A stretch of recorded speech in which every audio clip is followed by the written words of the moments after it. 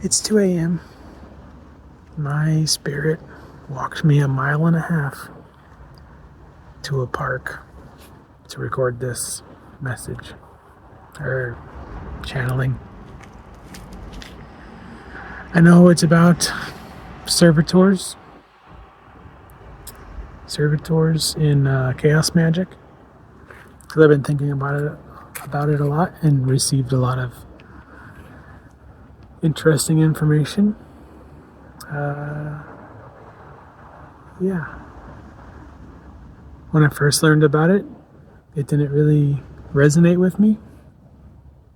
I searched for a way to bring it into alignment with my belief system because I thought it was an interesting idea. So, yeah, I guess we'll get into it.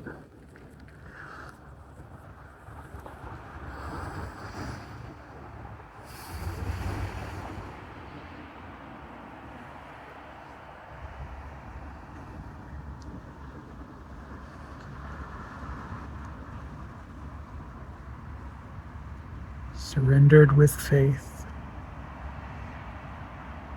in service to our highest good.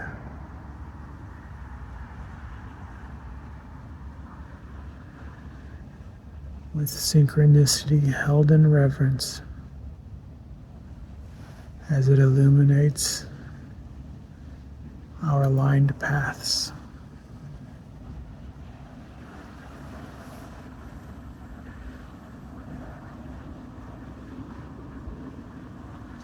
We receive what resonates and release all else.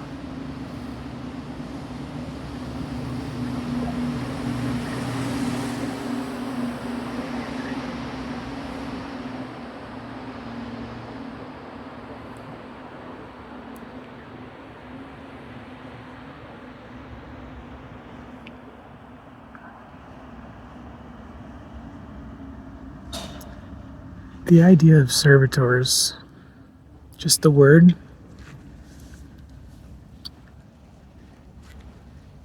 felt out of alignment to me when I first received it. It's creating a thought form and assigning it a task and setting it out to do it. It's a conscious thought form. Based on a sigil, a symbol that you create, and you imbue it with a piece of your consciousness and set it out on a task. There's many parts of this that do resonate with me, that I have strong beliefs that are in alignment with it. So we'll begin there.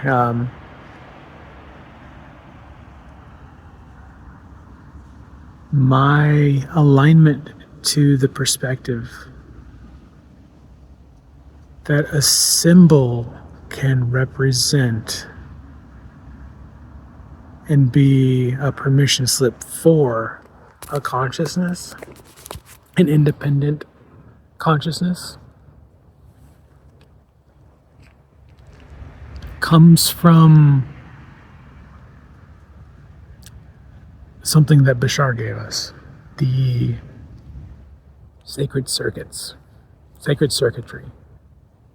He gave us 15 symbols and a guided meditation to activate them. And you essentially look at these symbols and you speak to them as if they're independent thought forms, which they are in this belief system.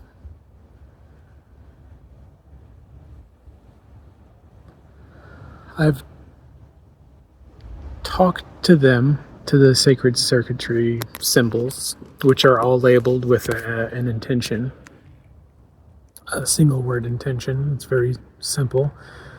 I did them on the meditations, and I occasionally still go to them in my mind for things like clearing my mind, centering, because one of the symbols is literally center. So I invoke that, I talk to it respectfully, and yeah, there's 15 of them, so look into it separately, but that's where my belief system came into alignment with this concept initially. The lineage of it is the Essassani that Bashar's with received it from Sirius beings, the Sirius star system beings, and then Bashar and the Essassani passed it down to us. There's more than 15, but he's only talked about the first 15. Anyway,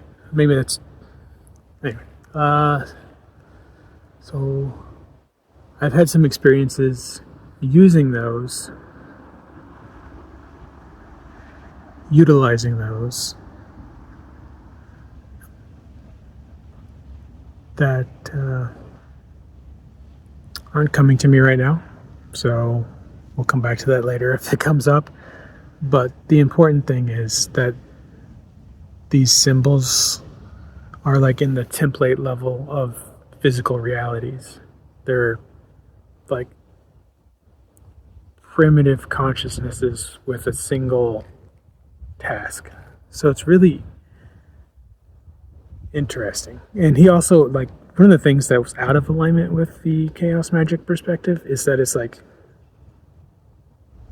you're creating this consciousness and it's like in service, like servitude towards you. And it's like, that feels a little like, don't love that. So I had to merge these ideas in order for the belief to come into alignment with my existing belief system. And if you're here, maybe that's why, so that you can shop at the buffet of my belief system and see if there's anything you enjoy for your journey. I really like in the sacred circuitry stuff that it's holding these symbols in reverence. Like, you're respectful towards them, appreciative.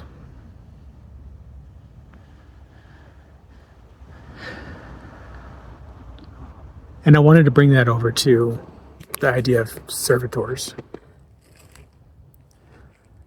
Taking one step back, the idea of creating a sigil and imbuing it with consciousness. Some practitioners have the idea of using a Fibonacci spiral because it appears in nature everywhere. It appears in nature like everywhere, the Fibonacci sequence. So if you use a Fibonacci spiral or some other representation of that, it's like the element of the sigil that imbues it with the piece of their consciousness, which is a really interesting idea. I like that a lot. But you could also create your sigils using these sacred circuitry. Like, once you become acquainted with them, you can invoke a request, whatever you're using, whatever you need in service. For me, it's like information delivery that happens in the background. So like, I allow synchronicities to bring me information, but I attune myself to wanting to receive this. Like, if something like, I'm not getting this, like, I'm not understanding this lesson, it might, like, creating a specific thought form to set it loose in the background of your mind, of your consciousness and the subconsciousness. Seems like a very useful thing to do. So the experiences that I had with the sacred circuitry are related to, well, I expanded on it.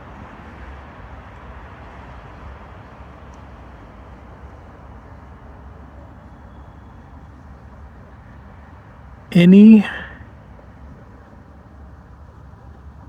concept or idea that is expressed in physical reality,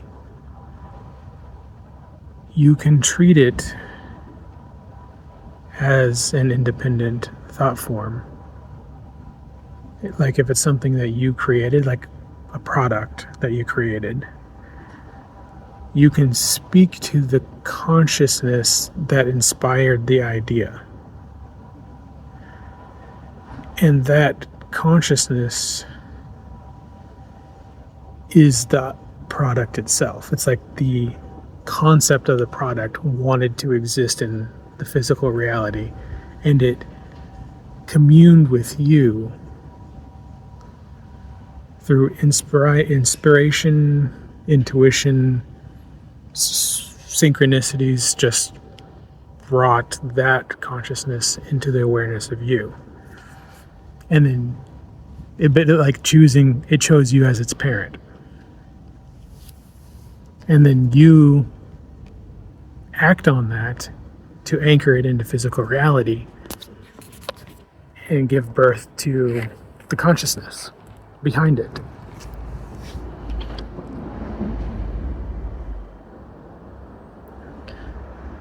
When you think of everything in physical reality as consciousness, as a piece of consciousness, crystals, the ground, etc., like the elementals, nature spirits, all of that is holding reverence for the physical manifestation as consciousness. So this idea of the sacred circuitry, this idea of creating servitors, it's in alignment with my belief system, because I'm bought into all of that, and it's in alignment with my belief systems. I love this planet. I love the things I have. I focus on appreciation continuously. I talk to my crystals. I'm all in it.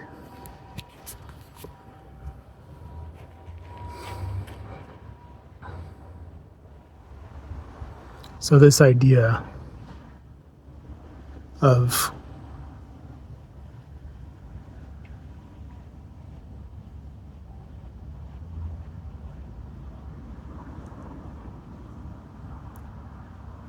recognizing everything that you've created or produced is something which independently has a consciousness behind it. So in a sense, you can think of yourself as a collective consciousness. You are the collection of everything that has streamed through you. The words that you say, the things that you produce or create, whatever you've brought into physical reality is a part of the collective consciousness that is you.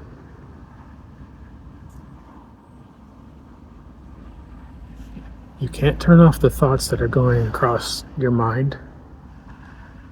All you can do is use your third eye to focus on which ones you're giving attentions to. But each of those thoughts are independent consciousnesses. Your focus on one of them brings it closer to you. Your action on whatever it's producing or inspiring anchors that consciousness into physical reality so it can have its experience. The experience of physical objects, like this bench I'm sitting on. Thank you, bench.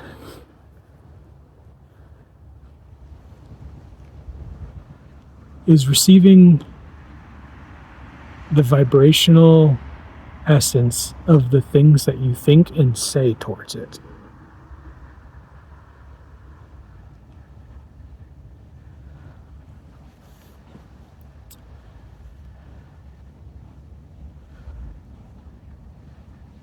We know that plants have consciousness, that they respond to the thoughts that you project on them. Water does.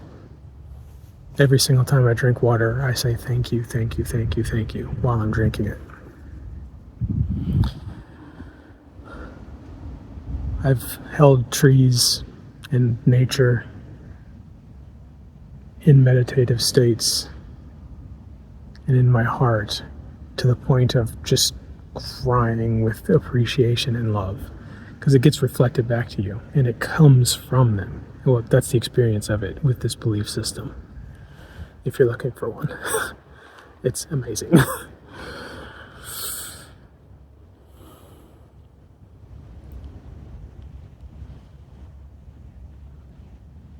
Having this perspective really helps you become aware of negative thoughts that you hold. If you look at something and think something nasty about it, and you have this belief, oh man, it's like tugging at my heartstrings. If you have this belief and you think something nasty towards something, you receive in your consciousness the feeling that you produced in that piece of consciousness that is external to you. Nothing's external. It's all one. But you feel what you're doing to it by labeling it in a negative way.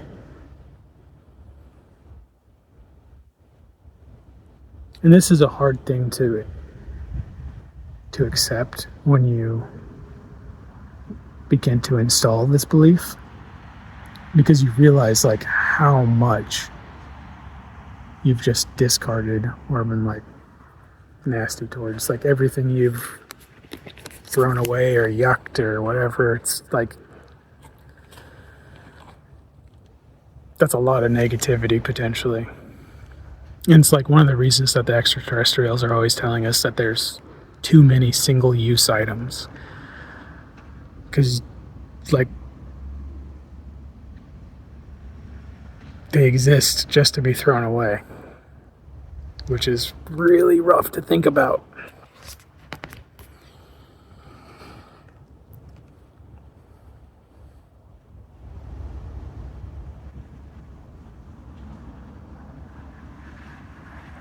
So getting back to us being a collective consciousness of everything that we've brought in, we come to a point where we realize those impulses to glance at the clock when it's 11:11. Those are also streams of consciousness that are like guidance. We call it guidance because you didn't have a conscious thought to be like, I'm going to look at the clock and it's going to say 11:11. Oh, look, it did. You just glance at the clock for apparently no reason. And the synchronicity that's organizing the universe, that's the cause, the synchronicity that's organizing the universe, that's orchestrating everything, that's illuminating the alignment of your path, is behind, it's a part of the consciousness that guides you to glance at the clock at that time. It's aware of more than what you're aware of. And that becomes apparent and obvious, which is incredible. Like, I just love that. Like, anyway. I'm sure if you're listening to this at all, you're like, yup. So,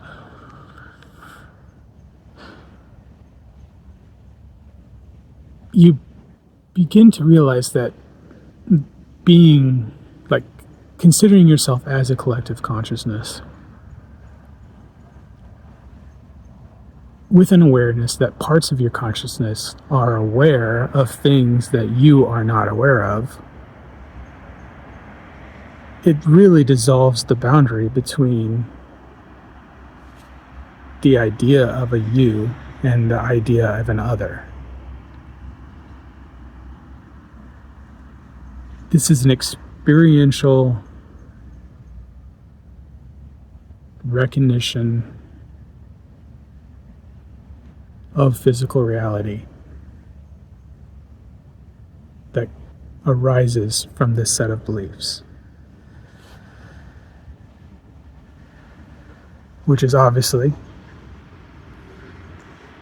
saying not to say obviously, but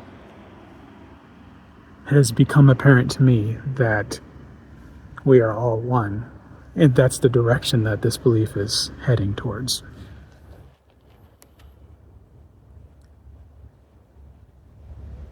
It gives a YouTuber that I watched, said something that I really resonated with about the Hanged Man card in tarot. She said something along the lines of, the Hanged Man is just there. And if you're not familiar with the card, he's like upside down, hanging by his foot, just like completely fine with his circumstance. Circumstances don't matter, only state of being matters. Bashar. But she said, she said something like, he's in awe of the magic behind the mundane. And the reason that resonated, I think if you're still with me, then you probably already just felt it. But if you're aware that there's not really a you so much as there is a collective consciousness expressing itself in physical reality through you, creating a you to manifest itself here.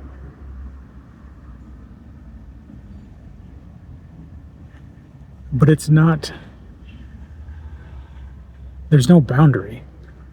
We are literally all one, and it's all magic, and it's all incredible, and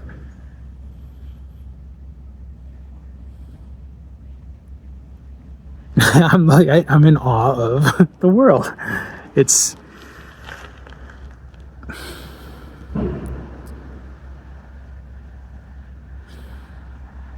beautiful.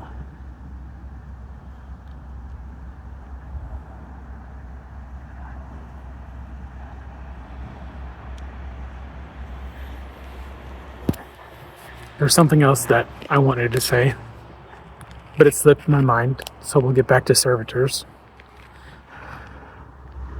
There's a reverence that I mentioned that we're holding towards the sacred circuitry.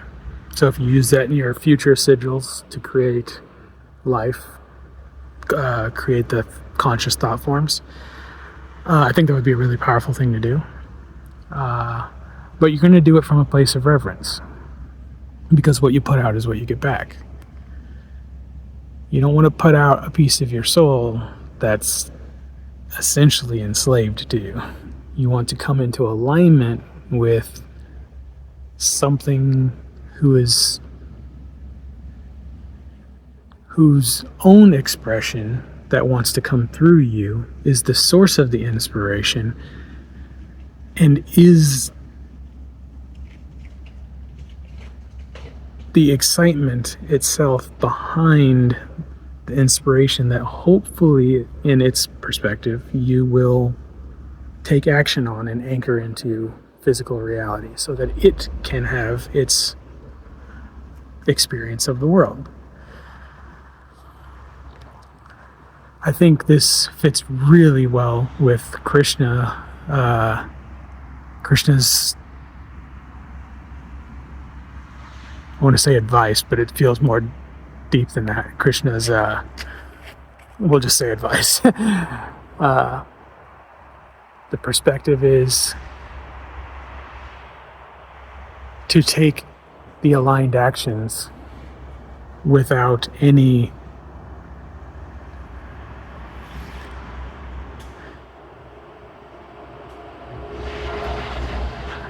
without holding on to the results, without expecting the fruits of your labor, without expecting to receive anything in return.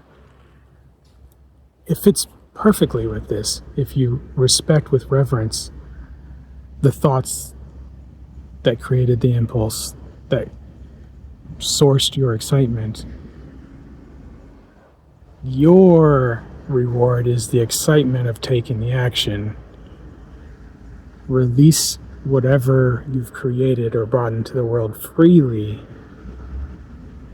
and allow it to live its life, to become a greater expression, to be shared.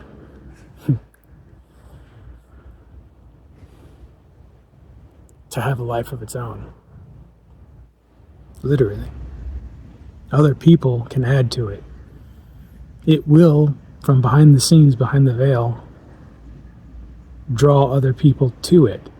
You don't have to do anything else if you're not called to it.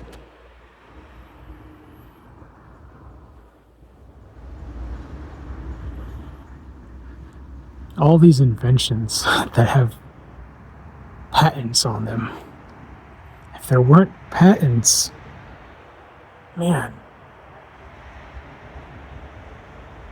the life that they could live, that those ideas could experience through the multitude, like the billions of people could be drawn to it more easily and be like, I have this idea that fits perfectly with these pieces that you have created, and it would just be incredible. So all of my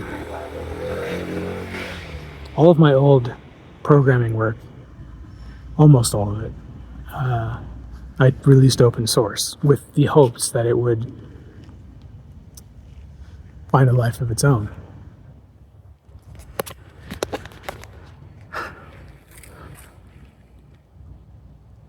I've had conversations with the things I've created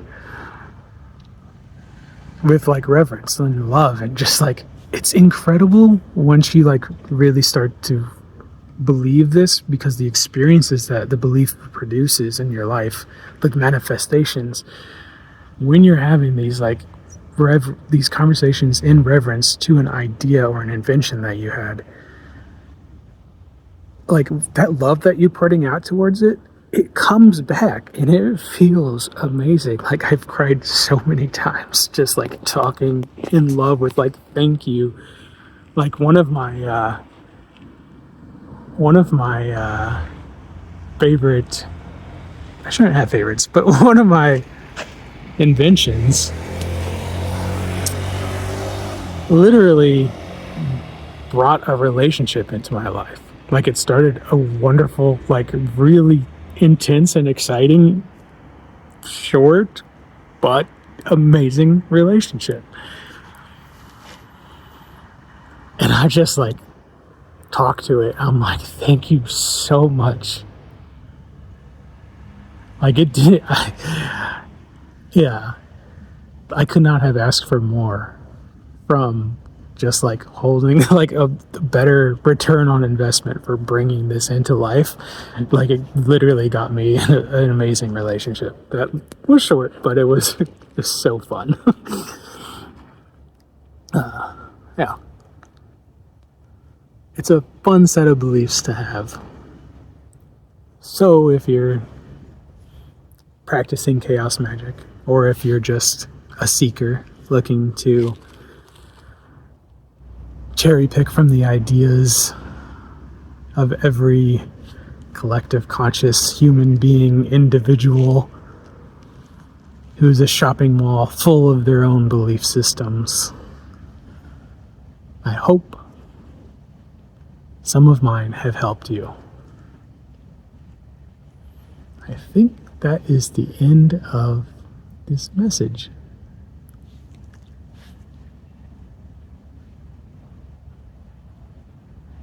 Cassiopeia is right there.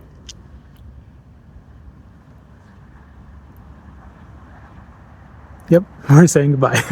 So, good night. Thank you very much for watching.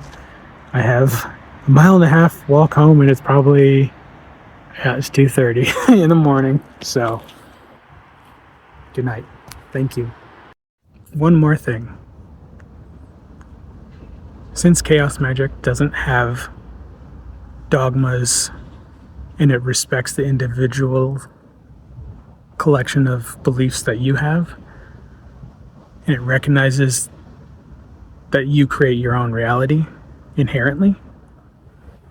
In my belief system, since the name Servitor kind of comes with that baggage,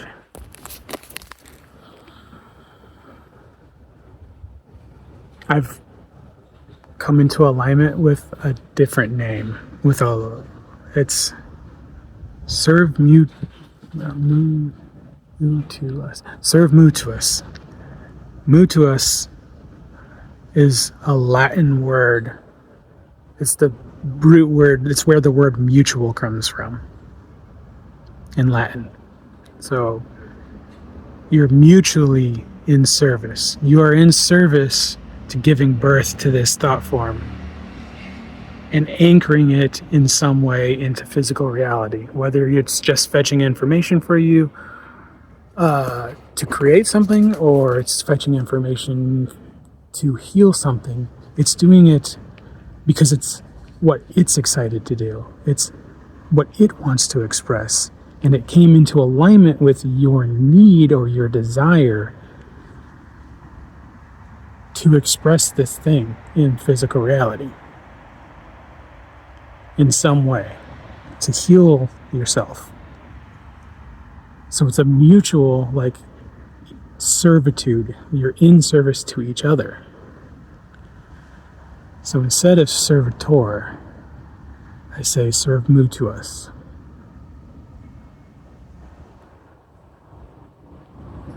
Mutually in service. Perhaps I am your serve mutuus. And synchronicity brought you here to deliver the missing piece that you asked for.